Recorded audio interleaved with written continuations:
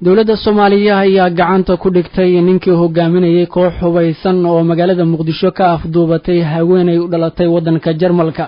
kadib howlgal ay sameeyeen ciidamada ammaanka Soomaaliya ayaa waxa la xaqiijiyay inay gacanta ku dhigeen tiro ka tirsan ilaalada hay'adda ICRC ee magaalada muqdisho isla markaana uu ka mid yahay ninkii hogaaminayay koox hubaysan oo haweenay u dhalatay dalka jarmalka oo hay'adda u shaqeynaysay ka afduubtay gudaha magaalada muqdisho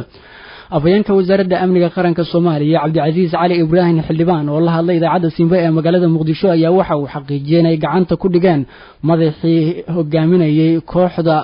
afduubka geysatay isla markaana sidoo kale ay xaqiijiyeen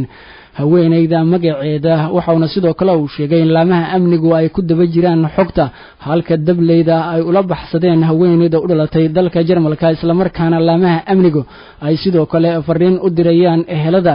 ninkan lagu eedeeyay in uu ka dambeeyay afduubka haweeneyda u dhalatay dalka jarmalka sidoo kalena ehelada ay ka doonayaan in ay ka keenaan xog ku aadan halka la aaday haweeneyda isla markaana sidoo kale hay'adaha amnigu ay xilligan ku hawlan yihiin oo kaliya sidii ay kaga daba tagi lahaayeen kooxda afduubka geysatay oo la aaminsan yahay sida uu sheegay inay ka baxeen magaalada muqdisho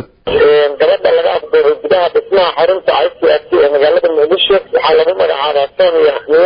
waxaa afduubka geystay xubno ka tirsanaa kuwii u shaqeynayay ama ilaalada ka ahaa xaruntaas waxaana lagu magacaabaa ninkii afduubka geystay ama hogaaminayay maxamed cali markii ay afduubka u dhacay gabarkiiba ciidamadeenu waxay gaareen goobtii uu shirka ka dhacay waxayna xabsi u dhaxaabeen dhammaan ilaaladii ka geli jirtay xaruntaas ama ku sugnaa waqtiga uu afduubka dhacay sidoo kale waxay ciidankeena ku guulaysaneen gacanta kasoo dhigaan gaarigii afduubka lagu geystay waxaan idin xaqiijinayaa in baaritaanku weli uu socdo sidoo kale waxaan ka codsanaynaa dhammaan qaybaha bulshada Soomaaliyeed inay nagu soo wargeliyaan gacanna naga siiyaan sidii aan si nabada ugu soo celin lahayn gabadhaas u dhalatay dalka jarmalka ee afduubka loo geystay ilaa iyo intii ayna soo gaartay in afduubkaasu ka dhacay gudaha xarunta ICRC ee magaalada muqdisho ciidamadeenu ma ladhin hurdo waxaan dadka Soomaaliyeed iyo adduunka intiisa kale u xaqiijinaynaa